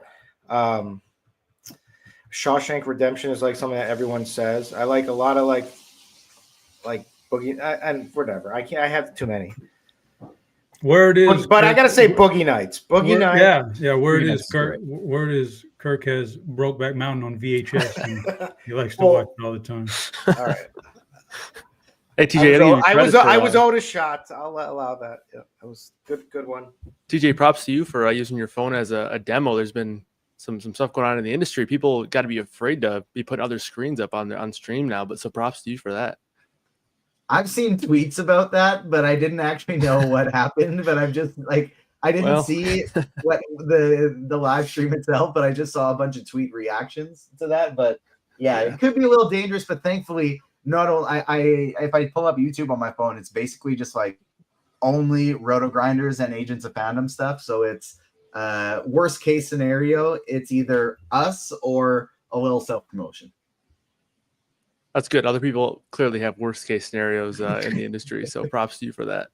Yeah, there was one recently that had a worst case scenario. Yeah, that's probably as bad as it can get in terms of worst case. That's doomsday right there. I mean, he shouldn't be allowed near a school zone. I'll tell you that much. But... yeah. Anyway, Roth, how are you? How you doing? Hey, how's it going? This is welcome to Crunch Time, everybody. All right. And on that note, all right, good stuff. Chop, we appreciate it. TJ, good work. Are you still producing this, TJ? No, Are you producing? Here. No? Okay. Excellent. No, I am making my lineups and gonna fingers crossed that the news, there's not much, but cross my fingers that the news goes my way because I'm building 150 lineups and then going to the movies. And so I'm not gonna be able to adjust them. Okay. Well, enjoy. Have a good one. See you, TJ. Bye, guys. All right. Bye-bye. Okay. Hey, welcome to it, ladies and gents. You know the drill. It's crunch time. It's who the sharpest minds in the biz. They know something I don't know. I have no idea what they're talking about. But I can read between the lines. I can put some pieces together. And boy, that doesn't sound great. We got Kyle Murray in the house. What up, man? How are you? Yeah, I'm doing good. Feeling pretty good after it felt like a long weekend with all the college basketball going on. But yeah, ready to take on some hoops and then got some baseball this week too. Electric weekend it was. I went so chalky in my bracket, and so you would think I'd be dominating, but I had St. John's going pretty deep, and that one hurt. Anybody doing okay in the bracket here? We're alive. We're alive. Yeah. We're alive. I'm not in the RotoGrinders contest. I didn't know there was one. I missed some kind of Slack message probably or something. But I'm alive and doing well as of this point in the ones that I played. But it's a long way to go. We're talking Sweet 16 here now. Now we get down to it. Yeah. I thought I was buried after the first round, and then I remembered unless you lose all your final four teams, you're still live for a a little bit. I only had one pick wrong on Saturday. One pick, and I was like touting it already, like I already won. Yeah. Quickly, things change. Speaking of one pick wrong, I think we need to shout out Steve. Now, I didn't see the results because the women's tournament's going on today, right? That's happening? Yeah. I didn't see what happened today, but as of last night, producer Steve had gotten every single women's game right except one, I think. He was like 99% accuracy. Steve, does that ring a bell? I don't even know if he's here or maybe he's babysitting the kid. Yeah, I was one wrong. I think it said I was ranked 895th in the world. Out of like millions and millions. Yeah, I think right? it's over 3 million. Yeah, that's amazing. Kudos. Hopefully that goes well for you. I still want you to lose to me eventually. I randomly picked. Did you really? I know nothing about the women's. When you say randomly picked, you mean you just put a button? No, I didn't. I went based off their seeding numbers. Sure. All right. Well, the thing about the women's, they were ready to pay you a lot of money to do scores and odds women's picks, right? But yeah, you're the new tout. Yes, I know. You get paid the same. You just have to do more work. Just do more work. All right. Anyways, guys, we got to dive into this content here because, of course, we're here to talk some NBA. We'll talk FanDuel. We'll talk DraftKings. I do believe, Kirk, these are two different slates on FanDuel and DraftKings. Yes, sir. They're back to the 6 games on DraftKings tonight, and then FanDuel and Yahoo have the full 8-game slate. And those last 2 games are pretty well. One of them's pretty good, but there's some news to be had. I like the last game, so I think there's a good strategy tonight that we'll get to. Okay, well, let's get on into it, gentlemen. We've got 35 minutes until lock. Let's jump in. Kyle, you can start us off. We like to start on FanDuel at point guard. What do you do, my man? Or before you do that, Is there some breaking news that we're waiting for? Right, there was some Nugs news, maybe. Yeah, so we just got Jokic out, so he's not going to be playing once again. And then in terms of like the big news that we're still waiting on, Anthony Edwards is questionable, but he was out there at it seemed like his normal warm up time. I would assume he plays. Malik Monk's questionable again with that illness that he was randomly out with, and then Jaylen Brown questionable. And I believe that was an upgrade at some point early in the morning. So if you didn't check projections all day, definitely make sure you're checking back there. And then a couple other Boston guys, Aaron Gordon, we have questionable right now. So outside of the Edwards, Monk, and Jaylen Brown news, some smaller guys as well. Okay, good stuff. Well, let's start on FanDuel at point. Kyle, what do you like? Yeah, so up at the top, so these New Orleans guys project really well. Obviously, Trey Murphy out for the year, Zion out once again. So Jose Alvarado projects really well, 5K over on FanDuel. He projects as the clear-cut value option over here. A guy who can also put up points in more ways than just scoring. So that's always beneficial, especially on FanDuel when he can easily have 3, 4, 5 steals and obviously make his money that way. You got Jamal Murray here with no Jokic again. We have him projected for, I think, like 36, 37 minutes. Great matchup against Chicago. Those two are the top 2 projected ownership guys as well. So the 2 chalk guys. And then you have the Philly guys, Doughton and Butler. We'll have to get confirmation on the starting lineup here. They've been kind of mix matching things and having certain guys sit. So keep in mind, we'll definitely want to confirm that if we haven't already. That game just started at 8, so I don't think we got that one yet. But I would say Alvarado, the 2 Philly guys are the value guys. And then up top, you have Jamal Murray, Josh Giddey. And then same thing for Westbrook here. We'll definitely want to see this Denver starting lineup. Last game, they randomly started DeAndre Jordan after not having him play the last 3 games with Jokic out, and he played 38 minutes, I think it was. So that felt like it was 2010 with DeAndre Jordan playing that many minutes. But if Westbrook is back in the starting lineup, I think he'd also be a pretty strong play here. And then tournament guy that I like is Kevin Porter here at 4.8 on FanDuel. Okay, good stuff, Kirk. Let's start with Alvarado. I know this is a guy that I feel maybe it was just a couple slates ago he was the chalk and everybody was agreeing that we wanted to fade him. Are you on board with Alvarado, or is that a dude where you're like, he can put up some duds? Well, he projects to be like the top value play, but there's also, so this is going to be like a G League game. We got the tanking Sixers. So if you're thinking about like a player that might underwhelm in this game, there's 2. Like I think Alvarado is definitely one of the 2, and then I think Kelly O. I worry about how many minutes they really want to give him. They're on a back-to-back, right? Yes. Yeah, they are. Yeah. So, so it's just kind of scary because this game may just go like empty the deepest benches you possibly can, like as early as you can. So it's a little scary, but I mean, how bad can he really be at 5K on FanDuel? Projected for 29 minutes, cupcake matchup, against the Sixers, so I think he's fine. I think I would be just come in a little bit under. Okay, fair enough. What do you like? What else do you like, I should say, at point on FanDuel? I mean, I love Josh Giddey, even though he's so expensive. The dude just balls and gets just stuffs the stat sheet everywhere. So I really like him. I also like Jamal Murray, who without Joker, and he went off for like 50 points. So he's coming back strong. Then Russell Westbrook I really like, and he had 6 foul. He was in foul trouble the other night too, and DeAndre Jordan. So he just busted. People may not want to play him as much because of that, but it's the matchup with the Bulls. I think he's didn't play a ton, so in the last game. So I think he's ready to roll tonight. As long as Joker's out, he has the opportunity. Now turnovers for sure. He had like 9 turnovers the other night too. So. And those really hurt you on FanDuel, in comparison to DK. But I like him a lot. I like Kevin Porter Jr. because Dame is out. We've been saying all these names, but one name we haven't said is like Jeff Doughton, or Doughton. Not a real like NBA pedigree player. Like he went to Rhode Island. He never drafted. He did pretty well in the G League. It's like he's someone that's like fragile because he's going to be pick up some ownership now. He could play a lot. He may not. They may go other directions. Kyle probably knows that better because he's doing probably did the projections when they who was the guy that just got no minutes? They didn't play. Who was that? Hood Shafino. Yeah. Yeah.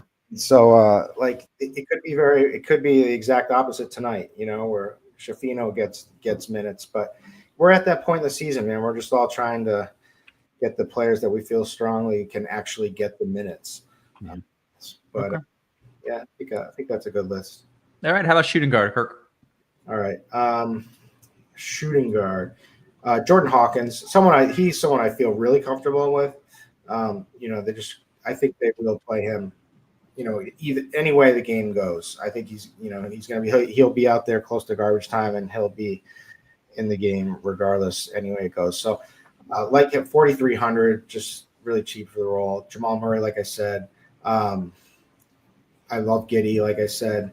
I like Devin Booker tonight for a stud, because you gotta pay. You got to get different with studs tonight, because everyone's going to get the same optimal, in their build. So if you like a guy like Devin Booker or like Anthony Edwards, like just play him. Like that's where the real money's going to come from picking. Yeah, and speaking of Anthony Edwards, he is now officially in. We mentioned he was warming up on time, and it looked that way. And yes, he is indeed in. Yep. So that's good news. And probably won't. He'll be a little chalky on FanDuel. I think less on DK, but not too bad. Not unplayable at all by any means. But Kevin Porter Jr. again. Quickly is a guy like maybe it's a great matchup against Washington. Like, what the hell Toronto's doing? I have no idea. So it's like his minutes could be restricted somewhat, and so I don't think he has a huge minute ceiling, but I do like him. Yeah. Okay. Any other names? Or no? Leave some for Kyle. All the same. Yeah. All right. Kyle, shooting guard. I mean, I think you guys made a good point about the Pelican situation with some of these guys. I do think it's worth noting that for that reason we don't have anybody projected for any more than like 30 minutes here, just because there's a lot of volatility. Even the starters, we're expecting Alvarado and Hawkins to both start 29 minutes on both of these guys. So there is some volatility here. So this could be a spot where we've seen the Wizards do it, right, where Middleton and Poole start, but then they play 20 minutes and all the bench gets a ton of run, like Kirk mentioned. Could be like a G League atmosphere, but I do think Hawkins is a guy that's pretty safe, and he should have a lot of volume, should lead the team in usage when he's on the floor. So again, 20 to 30 minutes, I do think he projects pretty well. But if you want to lean into that volatility of the Pelican situation here, you can play some of these backups like Antonio Reeves, who's 3-6.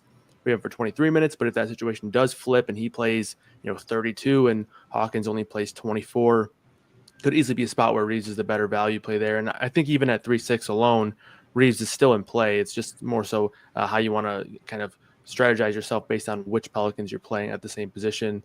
A lot of the spend ups are the same for me. Giddey's probably my favorite, along with Murray. Murray's gonna be very chalky, so Kirk made a great point. Like, if you're playing all this chalk value, probably doesn't make a ton of sense to fit into the same mold with Murray. But there are some pivots. Booker's a good call. I like Kobe White up top here against Denver. They'll definitely need his scoring in this spot, especially with no Trey Jones. And then Kevin Porter, like, if he's going to continue to come off the bench, which we're projecting still, he's going to continue to have low ownership, and he's about the same price as a lot of these New Orleans guys, but he's a much better permanent producer. And, if he's able to play himself into a few extra minutes, he could easily outscore all of these Pelicans guys. So Kevin Porter Jr. is probably one of my favorite plays in the slate right now. Even if he doesn't start, because again, that's just going to keep his ownership down. Right now we have him for 11% projected ownership. So I like him quite a bit tonight. You mentioned some of the fragility there in New Orleans. Any interest in Elf Payton? We got a question in the chat here from Ray. Any Elf? He did loll at it, like he knows it's silly, but maybe? Yeah, I think if you are completely willing to say, okay, this is like a 1%, 2% kind of outcome deal where all of these, or at least one of these Pelicans guards, Alvarado or Hawkins, really bust, I would assume it would be more likely if Elf Payton has a big game or plays more minutes, that would probably impact Alvarado more. So I definitely think that if you're doing that, you want to do it without Alvarado, and just know that there is a lot of risk there. Like last game, he still only played 12 minutes. I think he actually he didn't play at all yesterday. And then 2 games ago, the last game he played was only at 12 minutes. So it is definitely a very thin play. But again, there is some game theory there just because of how popular Alvarado and Hawkins are going to be. So again, just don't do that while also playing Alvarado. Yeah, and then one more name on the Pels that I had to look up that he's even on the Pels. Matkovic, what is it? Carlo Matkovic? at 4,300. Is that a real play? Because someone in the chat says absolute lock on FanDuel. Yeah, he's a pretty solid play. His minutes have been down. His minutes probably 2 or 3 weeks ago were really solid for a while. Minutes have been down lately, but to Kirk's point on Kelly Olynyk, he's a power forward center guy. So if Kelly Olynyk doesn't play as many minutes as we're projecting, or doesn't play well, foul trouble, whatever it may be, Makovich would be the guy to benefit there. So there's just a lot of situations on New Orleans where you have like the clear starters, right? The guys who are going to be popular, but there's almost always a guy behind all of these chalky plays, and Makovich would be the guy that if you're playing him, you definitely don't want to have Kelly Olynyk. Some really good analysis. Messi is still questionable too. Yeah. Okay, good stuff. How about small forward, Kyle? What are we doing there? Yeah, so 8-1 Franz Wagner. He's been very inconsistent as of late, and he's sort of turning into a guy who's been a bit too scoring dependent that for my liking. I was kind of hoping he'd be a little bit lower owned, but he does still project pretty well here in his matchup against the Lakers. So I do like that spot for him. I think he should be able to play 36 to 38 minutes if that game stays close. It's got like a 5-point spread, I think. So expecting that one to stay close there. And then same deal, Paolo. I do think playing one of those guys is interesting, especially, they might feel a little bit more expensive than, what you're comfortable with. But again, with all the value, it's kind of irrelevant from a price standpoint there. Mm-hmm. Keon Brooks, same deal as, Antonio Reeves. He's 3'6", New Orleans small forward. So again, if you're not playing Jordan Hawkins or you're looking to get contrarian, Brooks is one of these Pelicans guys that could easily play more minutes than we're projecting. He's actually played more minutes than we projected in 2 straight games. He played 20 and then 21 minutes. So if he continues that trend, he could easily be a guy. He hasn't really been very good on a permanent basis, so that's always something to struggle with. But the minutes should be there for him. And then other spend ups, I like Anthony Edwards quite a bit. Good matchup here against the Pacers. Cam Johnson, 3,200 or 7,200 matchup against Dallas. That game I do think could have some interesting fantasy production there, considering it only has a 3-point spread and both teams seem pretty thin. And then Devin Booker as well for a spend up option. Okay, Kirkwood, your thoughts on small forward? Yep, I like the Franz Wagner call. I like Devin Booker again. I like Banchero. There's a lot of these. This is a good spot to spend. Usually, like small forwards, a wasteland. Tonight we've got a bunch of decent players. Christian Braun is 5,900, and it's the matchup with Chicago. I like without Joker. I like a lot of these Denver guys. Anthony Edwards I already talked about. Michael Porter Jr. another one, 6,400. Certainly could succeed in this matchup and go off. Let's see here. I like Tatum as a stud that just going to get forgotten about going into the later game tonight. If he's playing, they took him off the injury report, then he's ready to go. And like I say this every time, but I don't try. Yes, when Boston hits all their threes, they go off and they blow people out. But it's much more often that they miss a bunch of threes and it ends up being semi-close for a while, at least for a while in the game. And then those are the games where Tatum just goes off. Kristaps is also another good play that we'll get to later at different position. But definitely like Tatum. Man, I don't know what to do. I'm done with Kyle Kuzma, I think. So I don't think this is the slate for him either. I think if you want some cheaper value, you could play like a pivot off some of these other guys, like a Gary Trent could make some sense. And that's about it. Okay, power forward, Kirk. All right. Well, we've got Giannis is going to be should be high owned. I think higher owned on DK, but definitely high owned here. But we have the value to pay for him, so he's just the easy, optimal play. He's going to be spitting out a lot, so his ownership may even get higher than that. But I have nothing bad to say. Phoenix defense has been so bad, and they are so bad at this point that Giannis could absolutely nuke. So nothing bad to say except for ownership. Kelly O, I can poke holes in because, first, he's only 5K. He can absolutely light it up. And especially if Messi is out, that's just we can feel better that he's going to get minutes. But it is back-to-back. I think it is also, he is an older NBA veteran. So maybe he gets cut and he doesn't get a bunch of minutes. But that would be the hole I'd poke in him. Aaron Gordon, I like against Chicago without Joker. Should be able to stuff the stat sheet. Scoring. They're going to need his scoring, but also him to facilitate, take some of that those sweet passes that Joker makes. Go his way. Franz Wagner, we've already talked about. Banchero has been balling lately. Carlo again at 4,300. Definitely a pivot off of Kelly O. And Justin Edwards. The guy he's playing a ton of minutes, and this is Nick Nurse, who just can't help himself, and he has like 40 minutes in his range of outcomes tonight, and I doubt it's even in his range of outcomes unless foul trouble or hurt or something that he's going to play under 30. So Justin Edwards is going to be shooting when he's on the court, 5,900, high minutes ceiling, like him, and then Tatum again. Good stuff. Kyle, your thoughts on power forward? Yeah, I like the Edwards call. His price is up a little bit on FanDuel, but to Kirk's point, like he has played 39 plus minutes in 3 of his last 4 games, so the upside's definitely there. I haven't projected to lead the team in scoring and usage tonight, so they're pretty weak on the wings, or thin on the wings, I should say.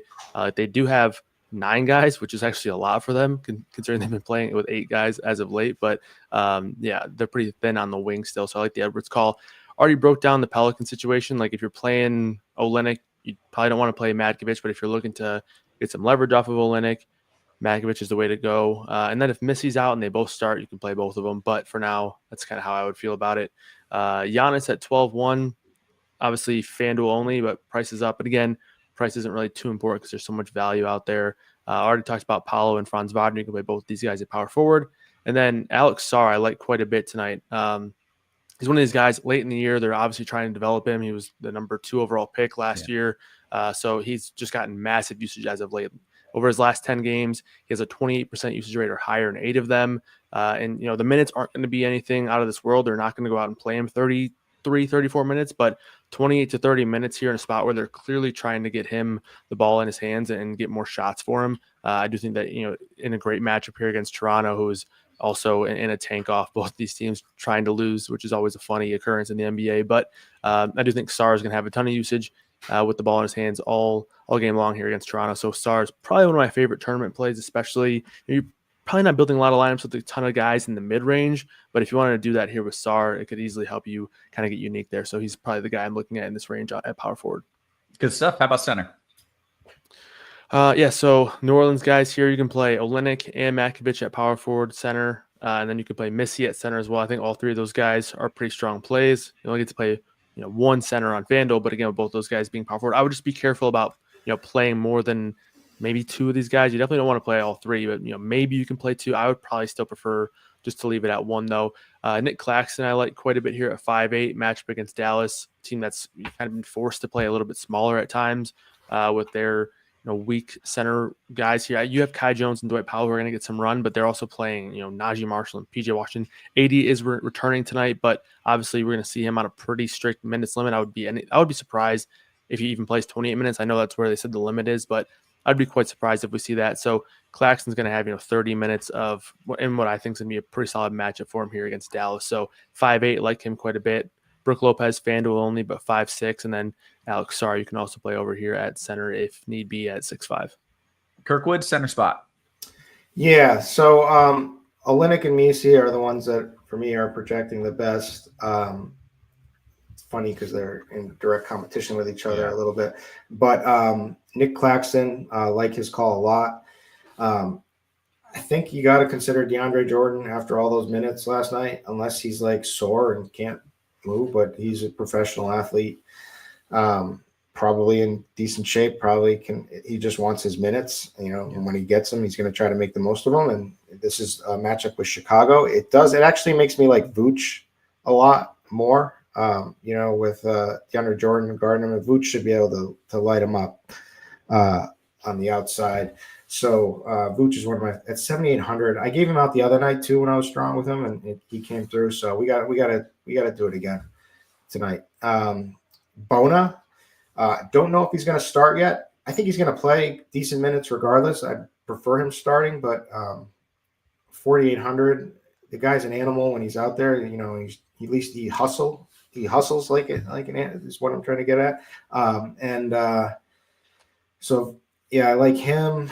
Sar, just Vooch, and Rudy Gobert can pop out of nowhere with a big game, which he's been doing. So that price still kind of draws me in, even though he does kind of stink. But it's in him. It's in him to have a big game, especially and against the Pacers. That could work. 6,600.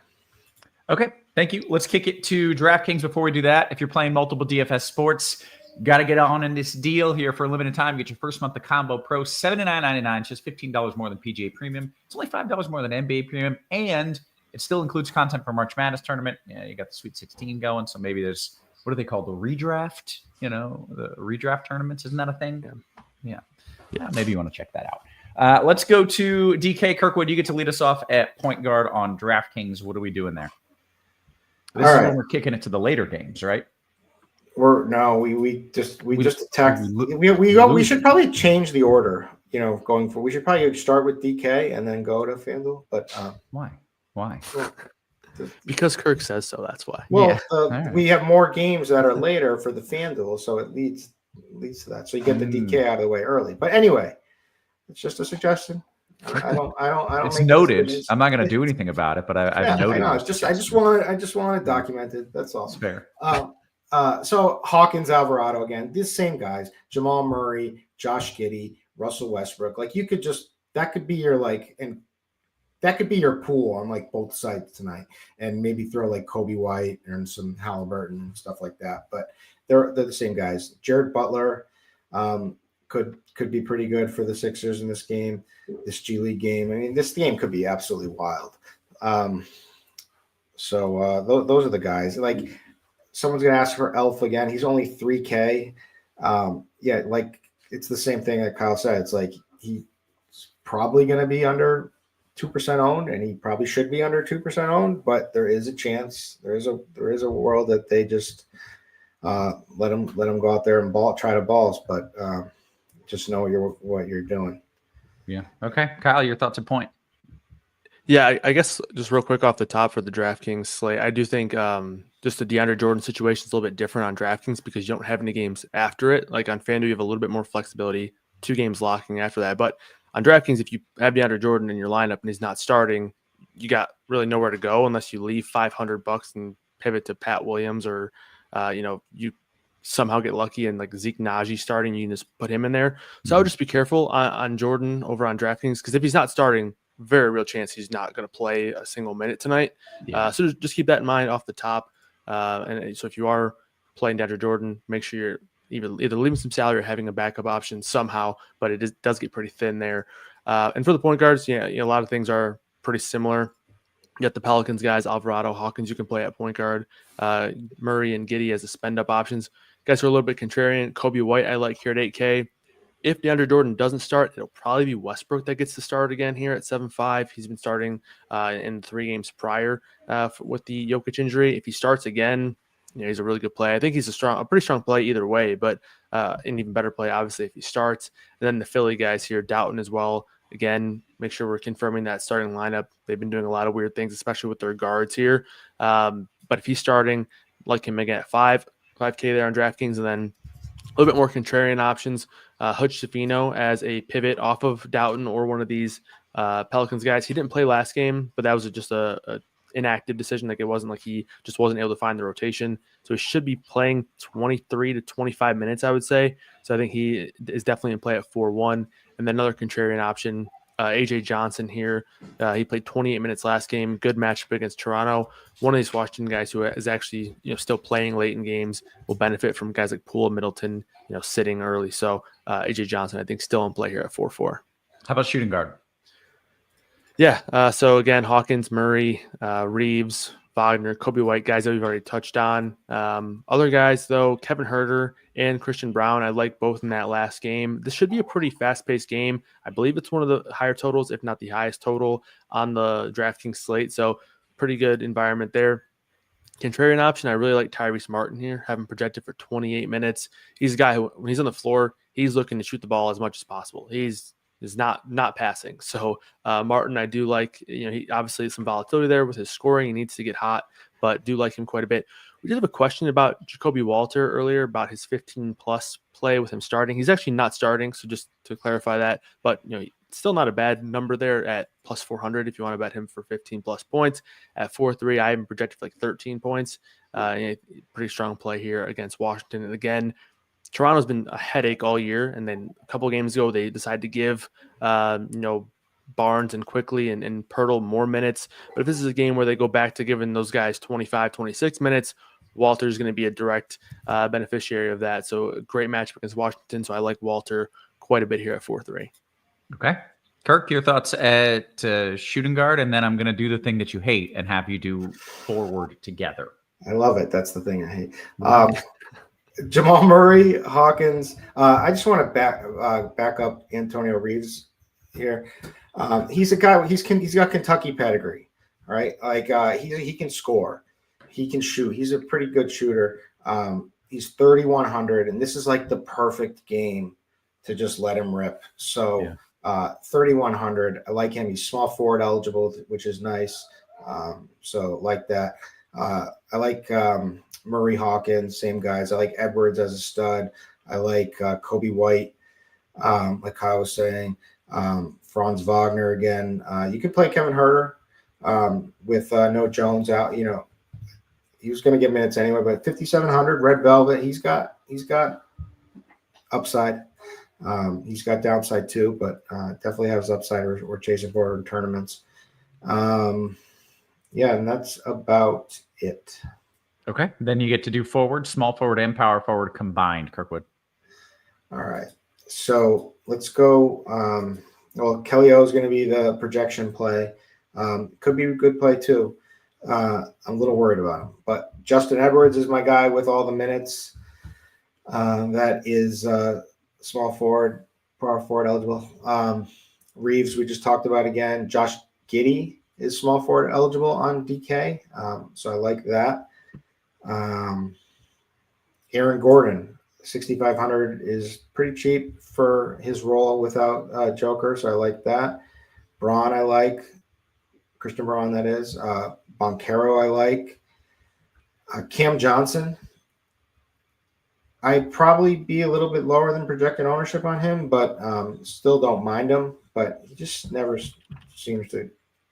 How high is his ceiling? Really is my point with the way Brooklyn plays. And that's about it.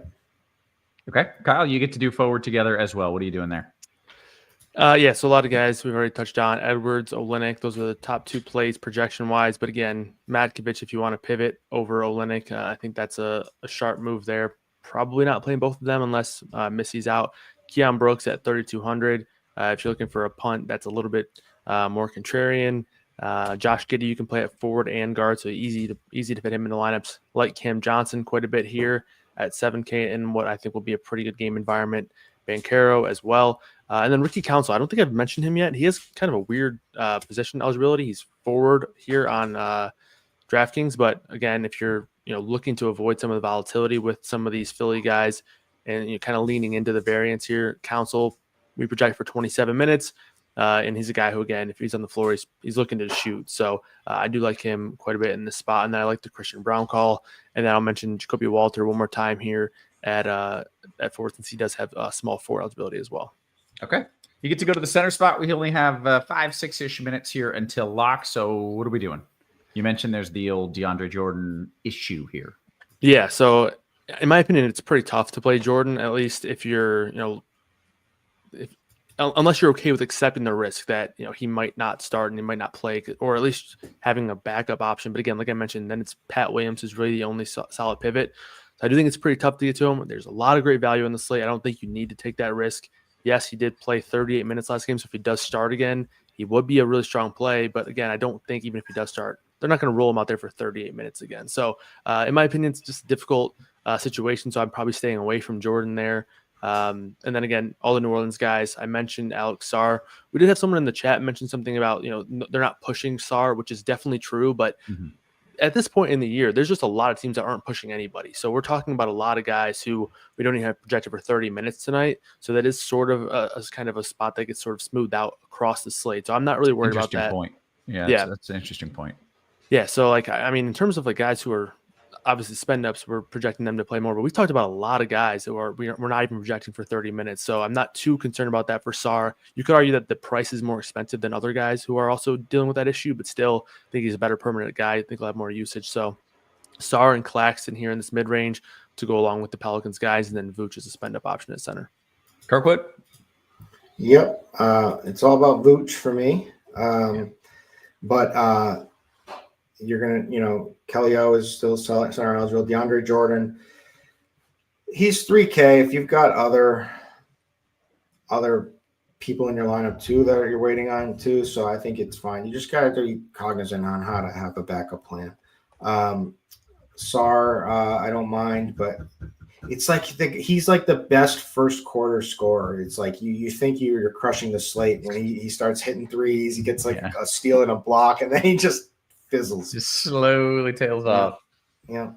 But if you like that, to get the confidence up to see some green in the very beginning of the game, then he's your guy. Nick Claxton, Bona again that I talked about for Philly, and Wendell Carter Jr. It's pretty cheap. And then, like you could play Miles Turner, 6,500. I don't mind that, but I think that's pretty good. Okay. Good stuff, guys. We've got 3-4 minutes until lock. Let's get to some questions here, and starting in the Discord as always, where the cool kids hang out. FanDuel Cash, Kyle, 2v2, Franz and Braun, or Tatum and DAJ? I'm going to go with the first one just because, again, there is some uncertainty there with Jordan. Okay. DKGPP, Kirkwood, is it okay to play Murray and Westbrook together? I probably wouldn't. Do one or the other. They're both kind of priced up enough. I mean, it could happen because no Joker, but yeah, I think that's pushing it. Yeah. All right. CW says, Kirkwood, if Misi is out, do you like JRE? Who the hell's JRE? Yeah, the guys, he's going to do is he's just going to affect everybody else's minutes. He's like just a negative for everything because you're not going to want to play him, and he just brings everyone else down from a minutes perspective. Yeah. So, all right, you're not in. All right. Let's see. Thoughts on Wendell Carter, Kyle? He's not bad, but we've just talked about a lot of really good plays at power forward and center. So I think he's just kind of getting squeezed. Okay. Michael says, anybody messing with AD? They said his minutes limit was 28. Is that right? But we don't know if he's actually getting that. Yeah, it's 28. And again, I mean, this team's still trying to win. So I wouldn't be surprised if he plays 28. The matchup's really not that great. Brooklyn hasn't been a great matchup. I'm personally not getting there. There's just way too many better options. It's stupid to even play him that much, but Kid can't help himself. Yeah. Well, I don't even know if a Kid might be getting forced. Yeah, he's just the puppet. Exactly. Yeah. Let's see. What else do we have here? KPJ. Any KPJ, Kirkwood? Yes. Yeah. Both of you are nodding along on that one. We are moments until lock. Let's see what else we've got. Here we go. Wendell Carter, Kirkwood, or Justin Edwards, DKGPP. I've already got Council, and I really don't want to play both Edwards and Council. I would take Edwards over Council. So I'm high on Edwards. So I think either way is fine, but I would still play them both. I like that call for what it's worth. And it's not worth much because I don't know what I'm talking about. Less than a minute here until lock. We're catching up on most of these questions. If you got anything else, get them in, gents. Here we go. I've got one lineup, Power says, with AD because of his minutes cap around 28. He can get you 55 fantasy points in around that time. Well, the one game that he did play, I don't know how many minutes he had, but he was freaking demolishing right before he got hurt. So, sure. Yeah, I mean, if there's anyone capable on the slate, it's him in terms of doing very, a lot and very little, but it's still very thin play today just because there's a ton of ways to go. And every time I watch that dude play, whenever he's really going all out and really trying to prove a point, you can almost feel the injury coming. You're like, I can sense that it's about to happen. So that is also something to consider. Is 28 if we're lucky, for sure. Let's see. We hit the lock and we answered all the questions. That's what we came here to do. So now I think we can clear on out for Kyle, for Kirkwood, for our wonderful production crew, always working hard behind the scenes. Guys, we appreciate you. We love you, and we will catch you tomorrow. You have been